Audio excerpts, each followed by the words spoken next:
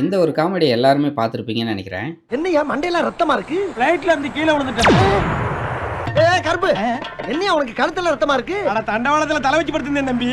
ஆ, ஒரு 4-5 ரயில் கழுத்து மேல ஏறி போயிடுச்சு. ரயிலா?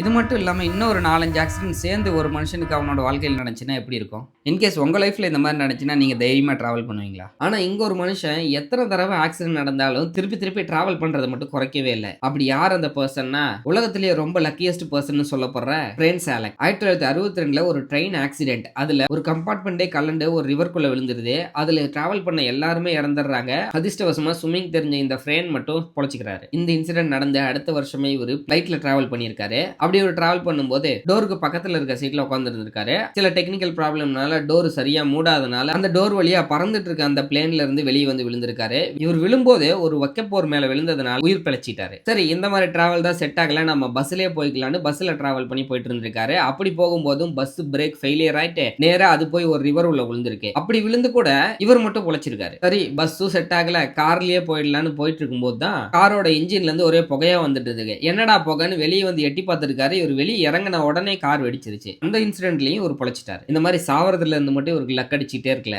இவருக்கு 2003ல லாட்டரியிலையும் பெரிய லக் அடிச்சிருக்கு. இதனாலதான் இவர் உலகத்திலேயே மிகப்பெரிய லக்கியஸ்ட் பர்சன் அப்படின்னு சொல்றாங்க. இந்த ஃப்ரேனை பத்தி நீங்க என்ன நினைக்கிறீங்க? அப்புறம் இந்த மாதிரியே லக்கியஸ்ட் பர்சன் உங்களோட லைஃப்ல நீங்க யாரையாவது மீட் பண்ணிருக்கீங்கன்றதை கமெண்ட் பண்ணுங்க. அப்புறம் நாளைக்கு பார்க்கலாம்.